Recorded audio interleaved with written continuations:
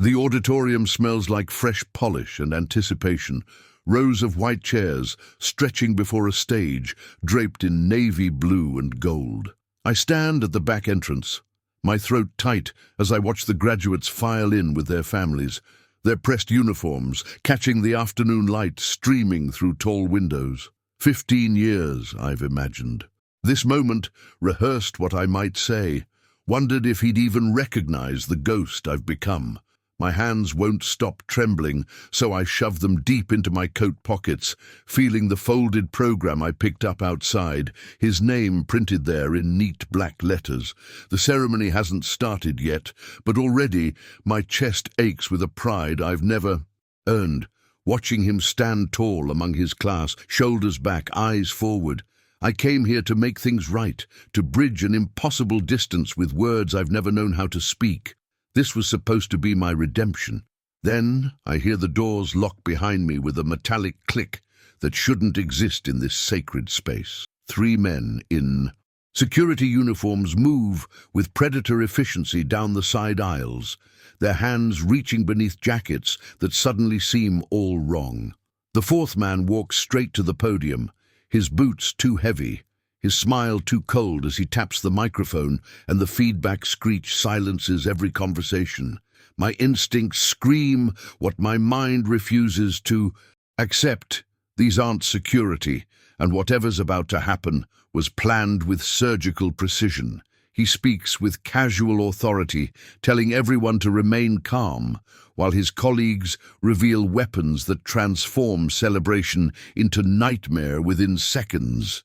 Families gasp, graduates freeze, and I feel my training resurface like muscle memory I've spent years trying to forget. The man at the podium scans the crowd with methodical patience before his eyes find mine at the back of the room. "We're looking for someone specific today," he announces, his voice amplified across hundreds of terrified faces. "A man who attended a certain operation in the Horn of Africa, who possesses information we very much need."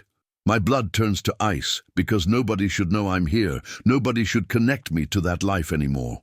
He describes classified details only someone deep inside would recognize, coordinates and mission designations that officially never existed. I watch my son's head turn slightly, confusion crossing his face as other families huddle together while mine stands alone in the crowd. The armed man smiles directly at me now, patient and certain, as if he's already won something far more valuable than information. My feet move before my mind catches up, carrying me down the center aisle, while families shrink away from my approach, their fear now redirected at me. The armed. Men tense, weapons tracking my movement, but I raise my empty hands high, keeping my pace steady and deliberate as every eye in that auditorium burns into my back. I can feel my son's stare like a physical weight, confusion and recognition warring across his face as I pass his row. The man at the podium tilts his head with predatory interest, clearly expecting negotiation or defiance, some tactical response from whoever they've been hunting. Instead, I reach for the microphone he's standing beside, and something in my expression makes him step back slightly, curiosity overriding his control. My hand closes around the cool metal, and I realize this might be the only truth I ever speak that matters. "You're looking for me," I say, my voice cracking before steadying across the speakers, filling every corner of this hijacked ceremony. "But you don't understand why I'm really here today. And neither does anyone else in this room." I force myself to turn, to face the sea of white uniforms and terrified families, to find my son's face among the graduates frozen in their seats. His eyes meet mine with an intensity that nearly breaks me, recognition dawning with something that looks like betrayal. "My name is on your program, listed under his emergency contacts, a fiction I had no right to claim after 15 years of silence." The words taste like broken glass, each one a confession I've rehearsed in 1,000 sleepless nights. I didn't come here as a hero or operative with secrets worth killing for. I came here as a coward, trying to ask forgiveness from the son I abandoned when he needed me most. The silence that follows is absolute, broken only by someone's stifled sob and the creak of chairs as people shift. Uncomfortably, the armed men exchange glances, their rehearsed scenario clearly not accounting for public confession, for a target who dismantles himself before they can. My son stands slowly, his face drained of color, his hands clenched at his sides as years of imagined reunion collide with this humiliating reality.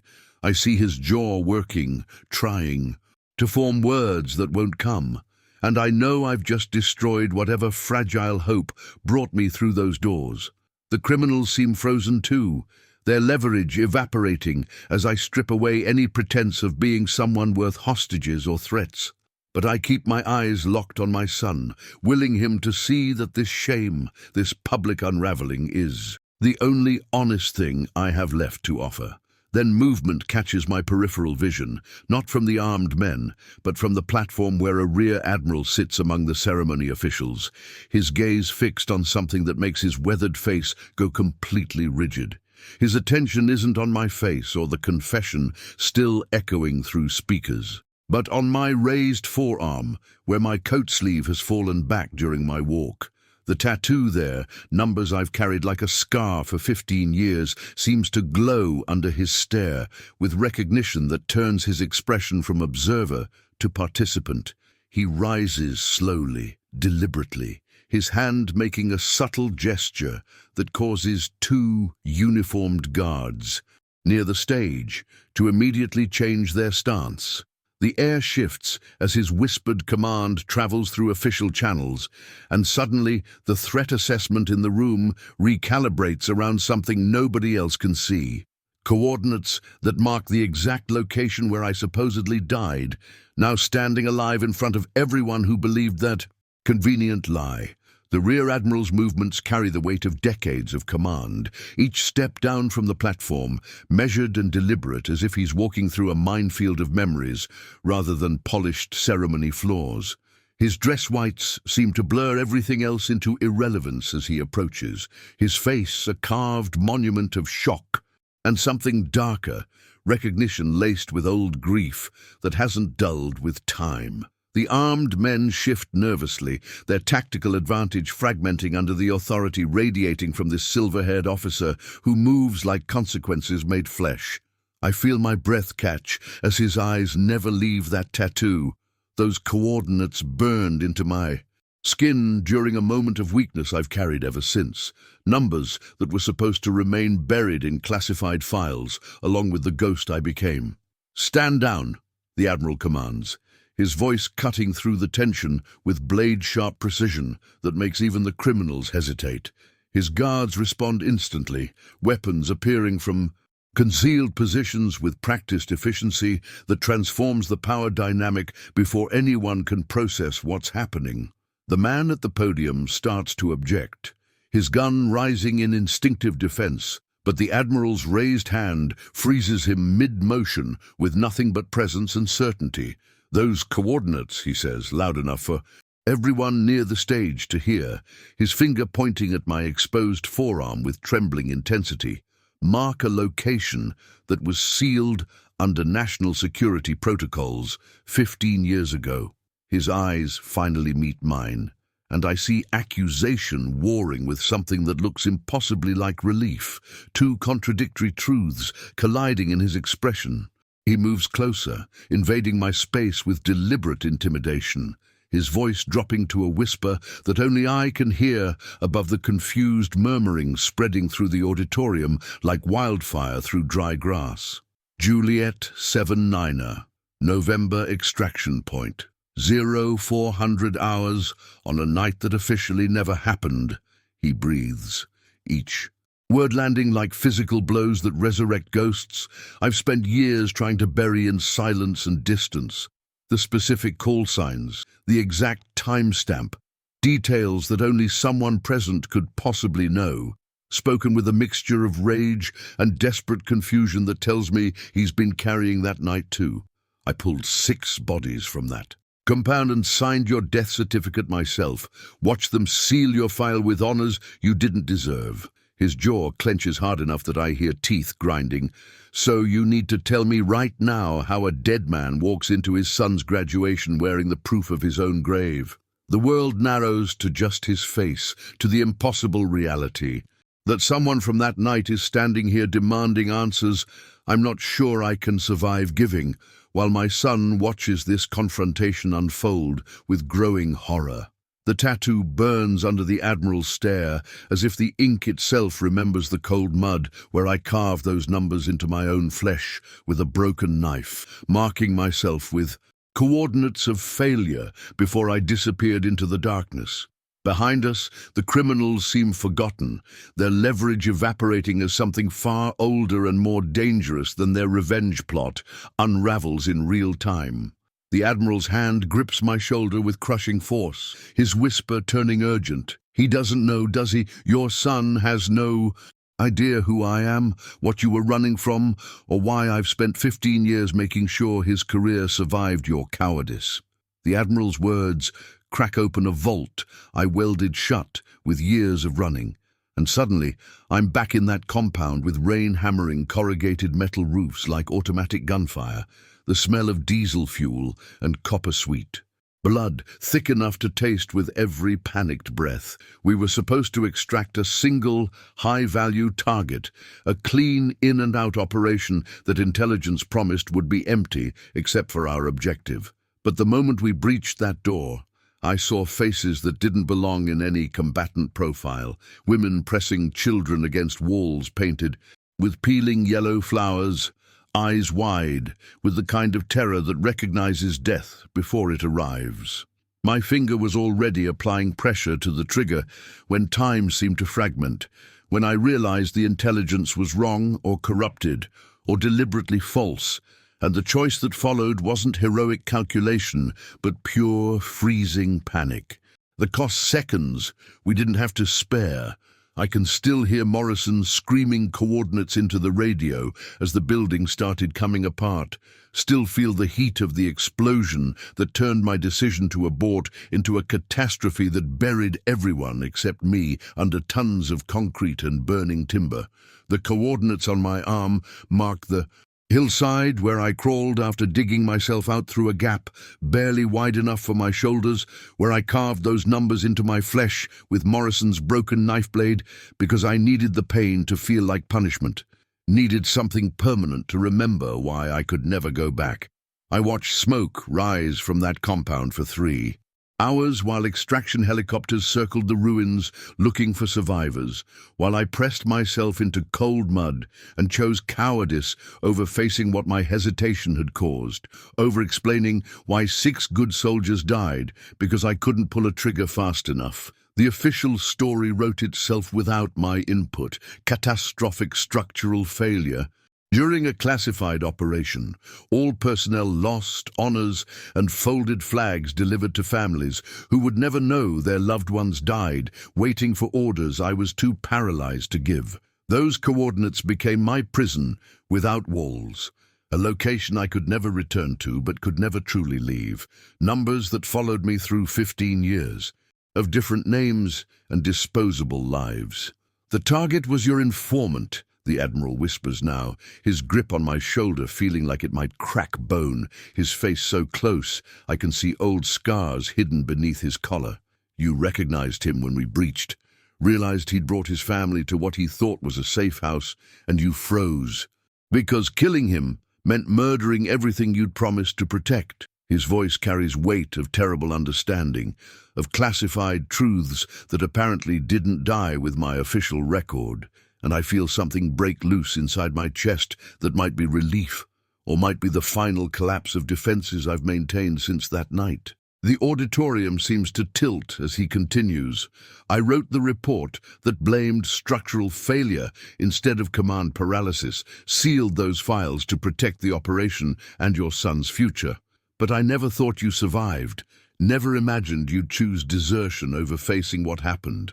My son's face appears at the edge of my vision, moving closer through the frozen crowd with purpose that looks like gathering thunder, and I realize the past I've been running from is about to collide with the present in ways that will destroy whatever fragile hope brought me here. The tattoo feels like it's burning through layers of scar tissue and shame, those coordinates finally revealing their true meaning, not where I died, but where I chose to stop being the man my son needed, where I let fear transform sacrifice into abandonment. The Admiral releases my shoulder and steps back, creating space for the confrontation he knows is coming, his expression mixing judgment with something that might be sympathy for the collision about to detonate every lie I've built my survival upon. The lead gunman steps forward through the paralyzed crowd, and for the first time I see his face clearly beneath the tactical mask he now pulls away with deliberate slowness, revealing features that hit me like voltage through water. His father's eyes, his father's sharp jawline, that same scar through the left eyebrow that Ahmed had from childhood shrapnel. "You don't remember me, do you?" he says, voice carrying acid-etched pain that 15 years hasn't softened. "I was 9 years old, hiding behind my mother's skirts in that compound, watching through gaps in yellow flowers painted on walls while you stood frozen in the doorway like a statue, unable to decide if we deserved to live or die." His weapon stays lowered, but his words cut deeper than any blade, each syllable a surgical incision into guilt I've carried like shrapnel embedded too close to vital organs to ever remove. "My father was your informant, your trusted source, the man you promised safety if he helped your mission succeed, and you brought death to his doorway instead of protection." He moves closer, and I see tears tracking through dust on his face, rage and grief mixing into something beyond simple revenge. He threw himself over us when the building came down, used his own body as a shield, while you crawled away into darkness like the coward you always were beneath the uniform. The Admiral's hand twitches toward his sidearm, but freezes when the gunman's associates shift their positions, weapons rising just enough to remind everyone how quickly this situation could deteriorate into massacre. Then my son's voice cuts through the tension like a blade through silk, and I turn to see him. Standing between the gunman and me, his dress whites somehow still immaculate despite the chaos swirling around us. "I know who you are, Khalid," he says quietly, using a name that makes the gunman's eyes widen with shock at being recognized. "We've trained together for 8 months, shared night watches and combat drills, and you never once mentioned why you really enlisted or who you were searching for." "Your father told you everything," Khalid breathes, understanding spreading across his features like dawn breaking over devastated landscape, his weapon finally dropping to hang loose on its tactical sling. "You've known all along what he did to my family, to Morrison's team, to everyone caught in that catastrophic failure, and you brought him here anyway." My son's expression holds complexity I can't begin to decode. 17 years of absence, creating a stranger who wears my features but carries motivations I abandoned any right to understand. The Rear Admiral's hand closes around my bicep with surprising strength for a man who must be pushing 70, his grip insistent as he pulls me toward the side entrance where ceremony banners hang like abandoned flags of surrender. "Walk with me, Morrison," he says in that voice I remember from midnight briefings and pre-dawn deployments, the tone that never asked questions but issued commands dressed as suggestions. We move through the frozen tableau of hostages and armed men, past my son, whose eyes track our movement with an intensity that speaks of calculations I cannot fathom, past Khalid, whose weapon remains lowered, but whose posture screams readiness for violence at the slightest provocation. The Admiral pushes through a service door into harsh fluorescent lighting that makes everything feel surgical and exposed. And when he releases my arm, I see his hand trembling with something beyond age or fear.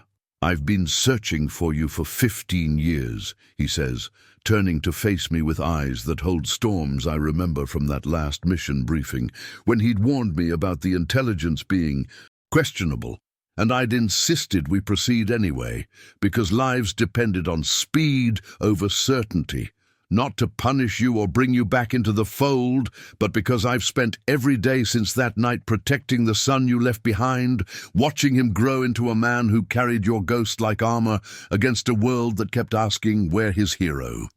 Father had gone. He reaches into his uniform jacket and produces a photograph, worn soft at the edges from handling, showing a younger version of my boy in Little League uniform, gap-toothed smile aimed at a camera held by hands I'd abandoned. I was there that night in the compound, Morrison, 10 meters behind you in the darkness when you froze.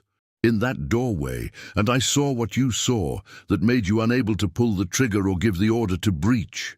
His voice drops to barely above whisper, each word carrying weight of confession that's been festering like infection beneath sealed wound for longer than either of us should have survived. The intelligence was manufactured, son. A trap designed to expose a mole in our command structure. And you were the bait they dangled without your knowledge or consent because someone higher up the chain needed bodies to burn and careers to sacrifice. He moves closer, and I smell old coffee and newer desperation on his breath, see moisture gathering at the corners of eyes that have witnessed too many necessary evils committed in freedom's name. Ahmed wasn't just your informant. He was mine first, my asset that I passed to you because the trap required fresh hands untainted by suspicion. And when that building came down, it wasn't your failure that killed him, but my silence about what I knew and chose not to reveal. Your son knows everything because I told him 2 years ago when he turned 15 and started asking questions that deserved honest answers instead of comfortable legends. The Admiral continues, and suddenly the ceremony floor's chaos makes terrible sense as pieces slide into position, like a rifle being field-stripped and reassembled into its true deadly purpose. He's been planning this confrontation ever since, found Khalid through channels I taught him to navigate, orchestrated this entire scenario not for revenge or justice, but because I'm dying, Morrison. 6 months, if the cancer cooperates, and probably 3 if it doesn't, and he wanted to force reconciliation between us before my time runs out. His hand finds my shoulder and squeezes with the gentleness of farewell already being spoken, carrying forgiveness I never earned and grace I don't deserve. That boy out there is your second chance walking around in dress whites, and he's given you a gift wrapped in chaos because he knows you well enough through absence to understand you'd never come back for anything less than catastrophe. The service door swings open behind us, and my son steps through alone, his dress whites pristine as fresh snow against the fluorescent glare, his face carved from stone I recognize as my own stubborn pride, reflected back through 15 years of abandonment. Everyone's watching through the security cameras, he says quietly, gesturing toward the small black dome mounted in the corner, its unblinking eye capturing this moment for an audience of hostages and criminals alike. They can't hear us, but they can see everything, so whatever happens next becomes the truth that everyone carries forward. His voice remains steady, but I catch the tremor underneath, the hairline fracture in foundation he's built from stories and speculation, from grandfather's confessions and his own desperate archaeology of a father who chose ghosts over flesh. I was 7 years old when Mum told me you were dead, killed serving your country in some place whose name was classified along with your sacrifice, he continues, moving closer with steps that echo like heartbeats in the narrow space between accusation and understanding. I built a shrine to you in my bedroom, wore dog tags with your name stamped into cheap metal, practiced saluting in mirrors because I wanted to honor the hero who gave everything for freedom.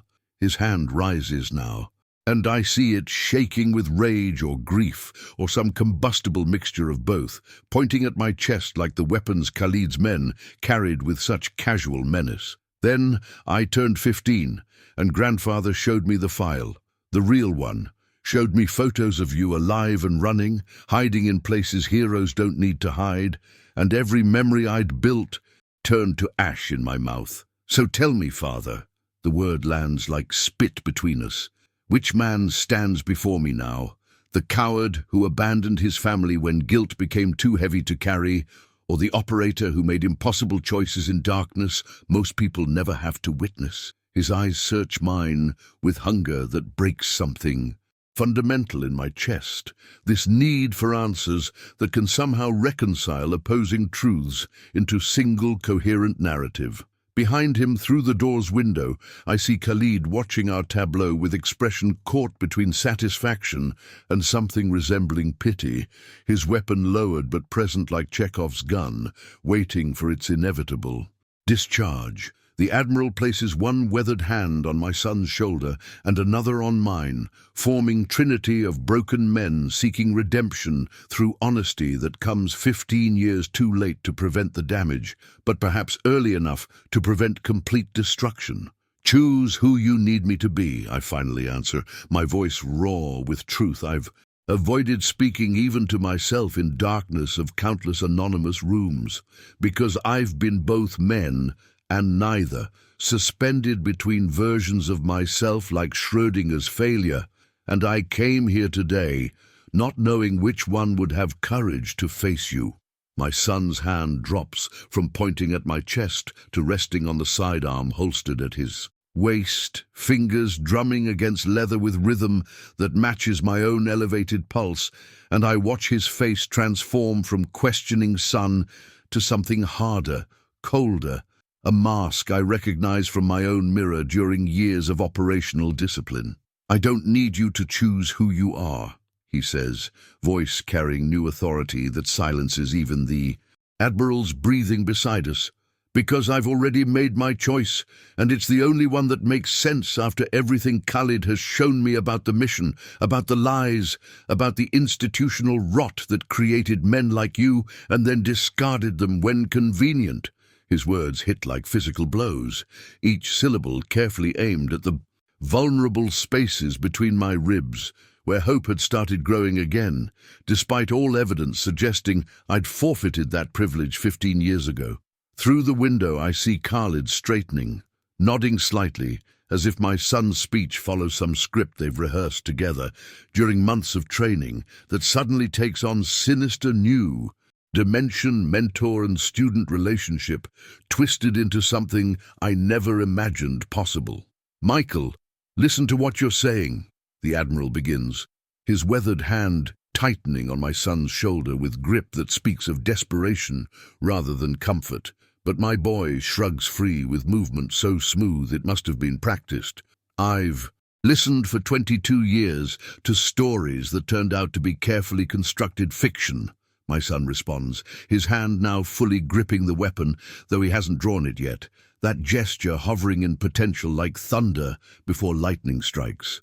Khalid's father died because operators like you made choices based on incomplete intelligence, because the system values deniability over accuracy, and someone needs to hold that system accountable even if the courts and committees won't. His eyes meet mine with conviction that terrifies me more than any weapon pointed at my chest. True believer's certainty that his cause justifies whatever comes next in this narrow hallway.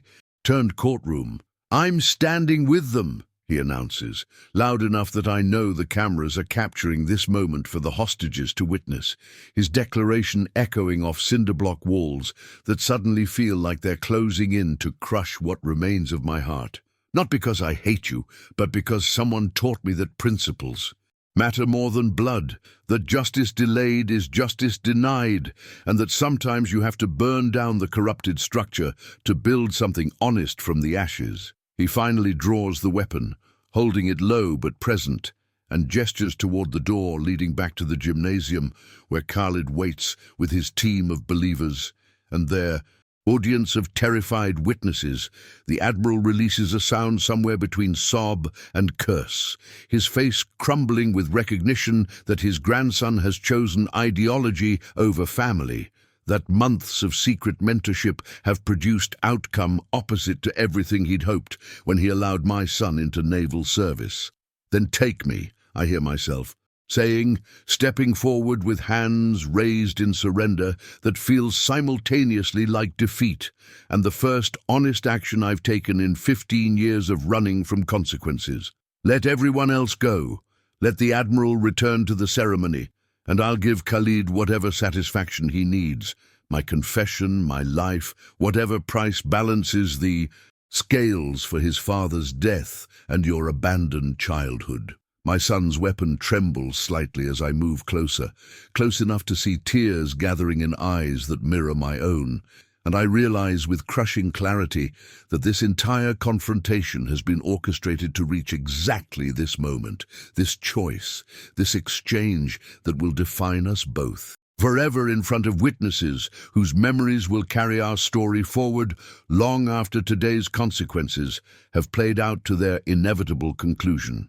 My son's weapon clatters to the floor with metallic finality that seems to stop time itself, his face collapsing from revolutionary conviction into something younger, more vulnerable, as tears finally break free and stream down cheeks I haven't been allowed to touch since he was 7 years old.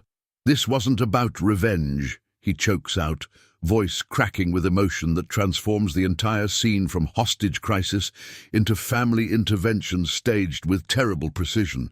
It was the only way to make you stop running long enough to hear the truth before grandfather dies. The Admiral releases a sound between relief and anguish, suddenly aging a decade in the span of heartbeats as my brain struggles to process the words, to reconcile the man beside me with the commander who supposedly cut me loose after the mission went catastrophically wrong, to understand how my father-in-law could be standing here protecting the son I abandoned while searching for the operative who destroyed his daughter's life. "You're my grandfather," my son says directly to the Admiral now, his hand reaching out with trembling fingers that the old man grasps like lifeline. "And you've been dying of heart failure for 8 months, spending your last days trying to find Dad and bring him home before your time runs out." The revelation crashes through my consciousness like artillery fire, connecting dots I deliberately kept separated. How the Admiral appeared at this specific ceremony, why his face showed recognition of my tattoo's coordinates, the protection my son mentioned that kept his career safe, despite having a deserter's blood in his veins.